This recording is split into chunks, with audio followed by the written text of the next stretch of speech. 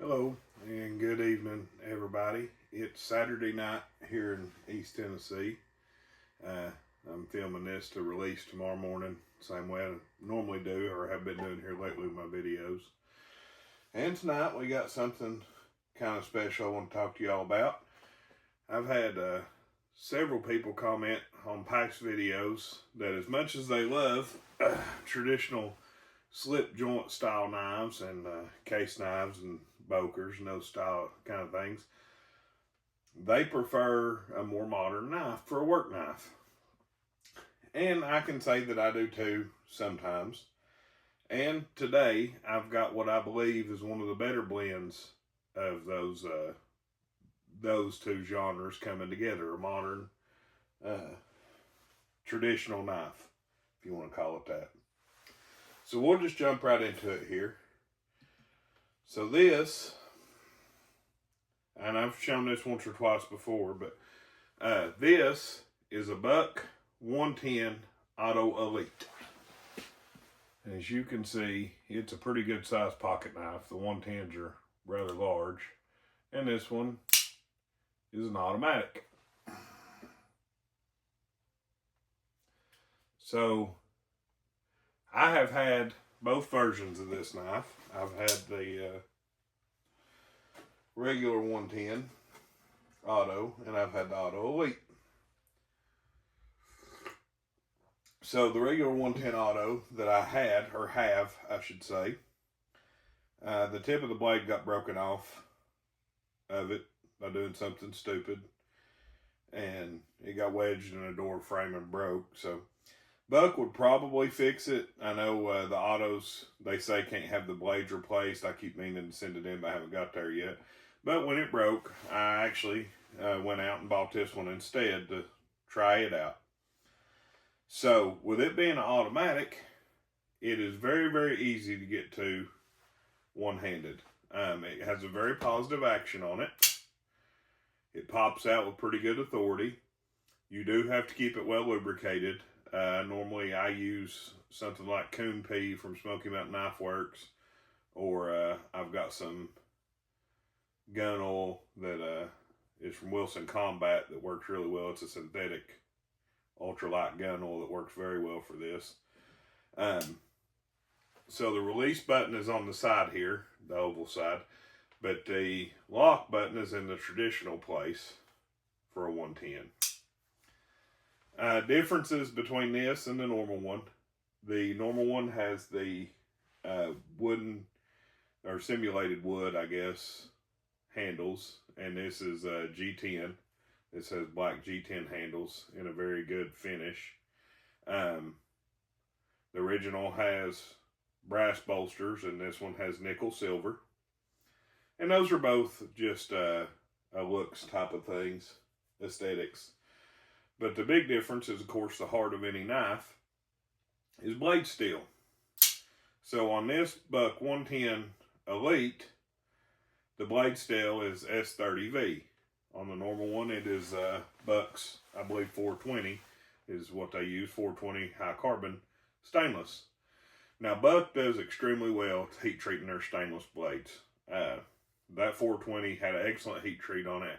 Buck has probably some of the best edges I've ever seen on factory knives. They come out just razor sharp, ready to shave you.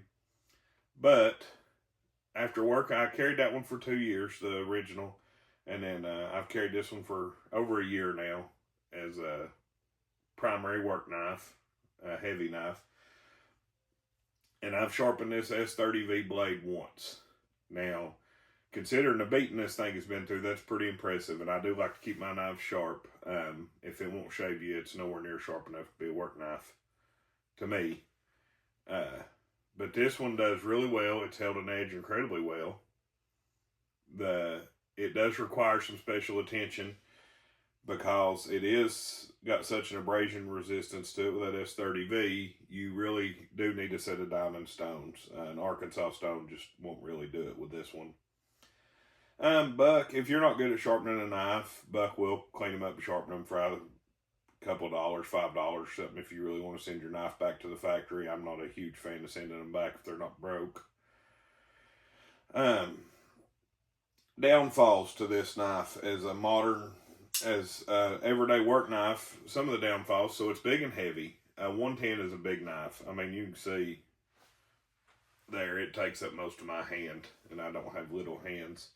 So to me, this is definitely a belt carry knife. This is just a generic buck sheath. I will say that on both of mine, the factory sheaths that come with them have an extra layer of leather sewed in right here with the autos. But both of mine, the belt loops came loose in less than a year. And they're just sewed on belt loops, nothing crazy.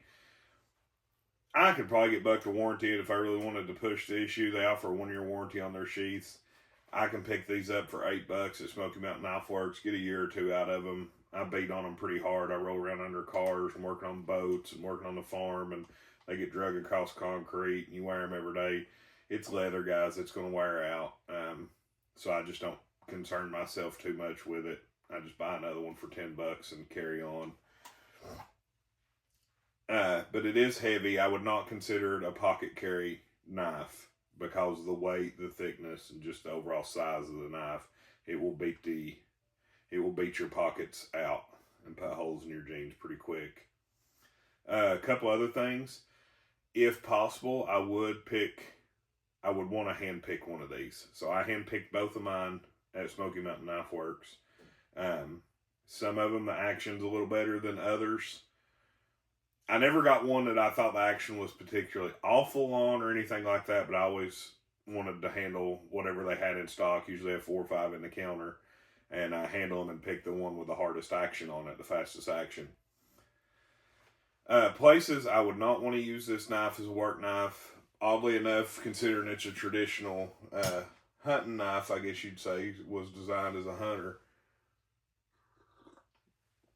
I don't really consider it ideal for cleaning game.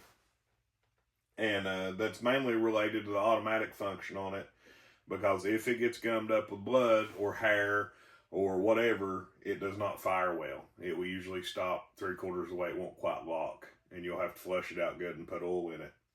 Just the nature of having an automatic knife, guys. If that's what you're going to do with it, I would buy a standard 110 or one of the new slim 110s. I think it's much more suitable being a manual action knife to that environment versus an automatic. I would not buy it thinking that I was going to carry it in my pocket because of the size, the weight, the heft, and honestly because you could accidentally fire it in your pocket. I never have seen one fired in a pocket, but I know the risk is there, and I really don't want to get stuck with my own knife. A few other things to consider. It being a more abrasion resistant, harder steel, I would definitely make sure you have a better sharpening setup for that. Or take it to a gun show and pay the guy $5 to sharpen it. Either way, whatever you want to do. I sharpen on my own, but I don't have a problem with anybody not.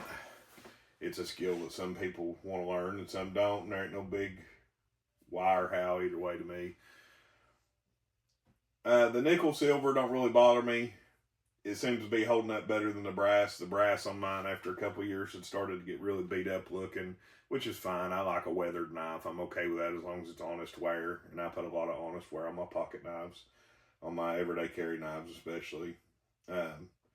So the nickel silver is tougher than the brass. The handles have held up better just being a black G10 versus the simulated wood that's on the other ones. They don't get quite as dinged and scuffed and all that stuff. Price-wise, to me, it falls in the mid-range, mid to upper range of a work knife. Last time I checked, they're almost $250 now. They were cheaper than that when I bought this one, not by much, but a little bit. And $250 is a lot to spend on a work knife. But if it's something you're going to carry every day, I don't see it as a huge deal to me. Now, if you're looking for cheap, it's not cheap by any means. I'm not saying $250 is cheap, because it's not. But this is what I like to spend my money on. This is what I like to invest in, is tools that help me make my day easier and that I enjoy using. And this is one of those things. I do think it's the best cross between a traditional and a modern knife I've used to date. I have tried the case kickstarts. I'm not a huge fan. The action is generally pretty positive on them, but they are also somewhat fragile. They can be broken very easily by dropping them, and a work knife has a high probability of getting dropped at least once in its life.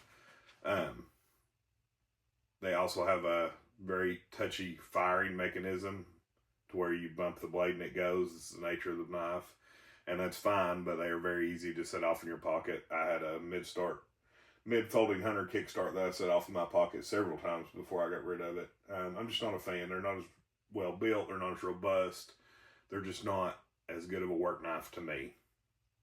The 112, of course, is the other version of this. It's the smaller version that may be very pocketable. I don't know. I've never carried one.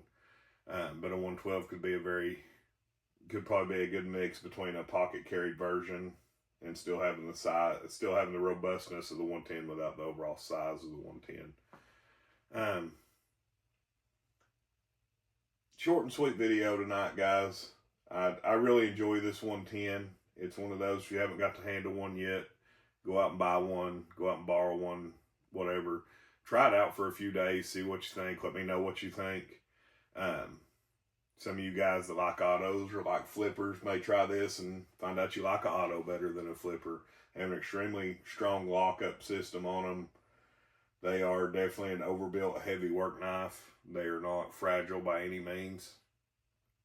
And it's just one of those knives, guys, that has a presence to it. It has a feel and a heft to it that, you know, you don't have to worry about whether it can handle a situation or not. I've done quite a bit of work with this one. I've worked with it in the garden, trimming up stuff, and I've actually did skin out a little bit of small game with it, but like I said, it's not as well suited for that job. But it does work pretty well in most other situations that I've found myself need a big heavy pocket knife for. So, give you a little better close-up view of it. This one is actually signed by C.J. Buck, the current president of Buck. He was at Smoky Mountain Knife Works one day, and he signed a blade with an electric etcher. Just something neat, but as you can see, it's got a big, nice clip point blade on it, single blade, fast action. Just a big, heavy knife. And most of what I'm looking for, if I'm looking for a mix between a traditional knife and a modern. So give that one a try, guys. Go out, check it out. I know this is not my usual case video.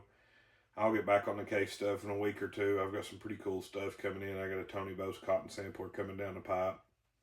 May have a Tony Bose Coke bottle coming down the pipe, so we'll be having them on here. But until next time, y'all, if you're looking for a good heavy work knife that's not a case, something that you can really beat on and enjoy and still have that quick one-handed opening, take a look at this 110 Auto Elite. Let me know what you think.